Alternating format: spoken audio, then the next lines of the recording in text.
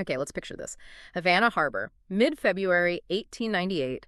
It's a Tuesday evening, pretty quiet, pretty calm. You've got the USS Maine, a battleship anchored there, supposedly just protecting American interests in Cuba. Then, bang, 9:40 p.m. A huge explosion just ripped through the night. The Maine is hit hard, tears the ship practically in two, sinks it right there in the harbor, and 268 American sailors are killed.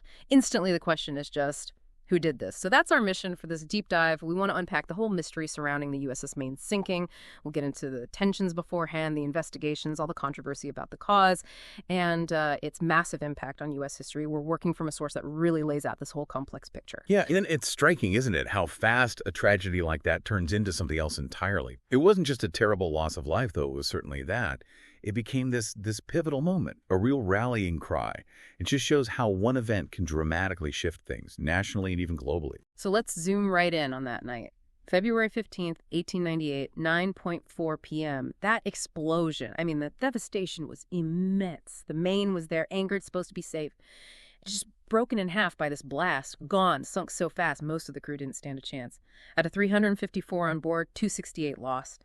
Just staggering. And the suddenness of it all, the sheer violence, it immediately sparked outrage. There wasn't really time for cool heads. You know, it went straight to speculation, anger, needing someone to blame. That really set the stage. Right. But to get why it exploded in that way, politically, I mean, we need the background. The situation in Cuba was already incredibly tense. The U.S. was watching Spain's colonial rule there and not liking what it saw. Plus, the Cuban War of Independence had been going on since 1895. A brutal fight. Exactly. And that context, that existing tension, it really primed the American public, didn't it? They were already hearing about the brutality of the Spanish general, Valeriano Weyler, his tactics, especially at the concentration camps for civilians. Yeah. Well, that caused widespread condemnation.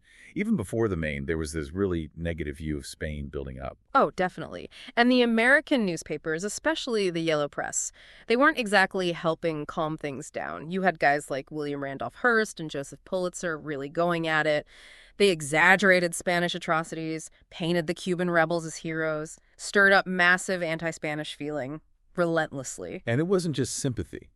You have to remember, the U.S. had significant economic interests in Cuba, too. Sugar, tobacco, big money involved. So that, combined with this growing feeling among some policymakers that maybe the U.S. should intervene, well, it created a real diplomatic standoff over Cuba's future. Things were getting heated. So into that whole mess sails the USS Maine. Now, this was a second-class battleship, but still pretty modern for its time, part of a bigger U.S. Navy upgrade program, kind of a symbol of America's growing naval muscle. And sending it to Havana, that wasn't a quiet move. It was very much a deliberate show of force. The message was clear. Protect American citizens, protect American property. It signaled the U.S. was watching closely and was prepared to act if needed. Okay, so the ship sinks. Chaos. What happens next? The investigation. The U.S. Navy immediately launched one, right? The Sampson Report. They needed answers, and fast. They did, and their conclusion came quickly. They said it was an external mine, or some kind of underwater explosive. And they pointed the finger squarely at the Spanish.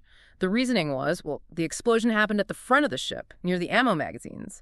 And that report almost immediately gave those pushing for war a clear narrative, a justification. Target, yeah. Exactly. But it worked. The Maine sinking just blew up into this huge symbol. That slogan, remember the Maine, to hell with Spain, you saw it everywhere. Newspapers, politicians. It just poured gasoline on the fire of public anger, building this unstoppable push towards war. But here's where it gets really interesting, right? Because even then, there were doubts. Was it really Spain? Absolutely. Right away, some people questioned that official conclusion from the Sampson Report. The idea that it might have been an accident started circulating almost immediately. Maybe an internal problem, like the coal bunkers spontaneously combusting, which wasn't unheard of near the ammunition.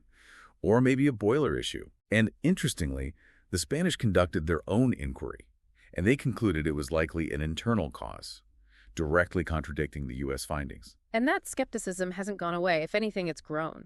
Later investigations, many historians looking back, they seriously question the sabotage theory. An accidental fire setting off the magazines seems, to many, more plausible than a hidden Spanish mine, especially given, known issues with ships of that era. And that's the crucial point. There's never been any definitive smoking gun proof of Spanish sabotage. None. So the debate just continues. Was it an accident? Negligence? Or an attack that was just never proven? That very ambiguity has become part of the story itself. But whatever the real cause was, accident or attack, the effect of the Maine sinking on American public opinion, that was undeniable. It was like a switch flipped. It really was. And it shows you the incredible power of the press back then. Hearst's papers, Pulitzer's papers. Yeah. They weren't just reporting, they were shaping opinion aggressively. Headlines screaming accusations at Spain, demanding revenge. It created this intense atmosphere. It made it, frankly, almost politically impossible for the government not to go to war. Yeah, you can see how that would happen. A lot of Americans were already sympathetic to Cuba, already angry about Spanish rule. So this narrative, remember the Maine, it just hit a nerve. It was simple, emotional, powerful. It became the perfect rallying cry for war, whether people dug into the details or not. And it didn't take long. Just 2 months after the sinking, April 25th, 1898, the U.S. declares war on Spain. And the war itself was incredibly swift. The U.S. military, especially the Navy, was much more modern. You had Admiral Dewey smashing the Spanish fleet in Manila Bay in the Philippines almost immediately. Then U.S. forces invaded Cuba, Puerto Rico. Spain really couldn't put up much of a fight. It was over pretty quickly, wasn't it? The Treaty of Paris signed that same year, December 10th. Right. And the consequences were just enormous. Spain basically gave up its remaining major colonies. Cuba gained independence, sort of under U.S. influence. But Puerto Rico, Guam, the Philippines, they became U.S. territories. This wasn't just the end of the Spanish Empire. It was, the dramatic arrival of the United States as a major world power, a global power with overseas possessions. It fundamentally changed America's place in the world. So the USS Maine, its sinking, carries this huge symbolic weight, doesn't it? It pushed the U.S. into that war. It basically ended Spain's empire in the Americas. And that phrase, remember the Maine, echoed for years, a symbol of American anger, resolve, and this new global role. Exactly. And even though historians still debate the actual cause mine, accident, whatever its political and historical significance is just undeniable, that ambiguity almost makes its role as a catalyst even stronger in a strange way. It allowed it to become the symbol everyone needed it to be at that moment. So when we look back now, what's the takeaway for us today? I mean, the Maine story feels like a really potent example of how one single event, maybe an accident, maybe not, can be absolutely transformed, turned into this massive justification for war, changing everything. It really highlights that mix of emotion, media, and politics. Well, I think this deep dive really underscores the power of a single event, doesn't it? Especially when it taps into existing public feelings and gets amplified by the media. It can totally reshape how a nation sees itself and acts on the world stage. Kind of makes you wonder, what events today are being framed in a certain way, and what bigger changes might they be setting in motion, maybe without us even realizing it fully yet?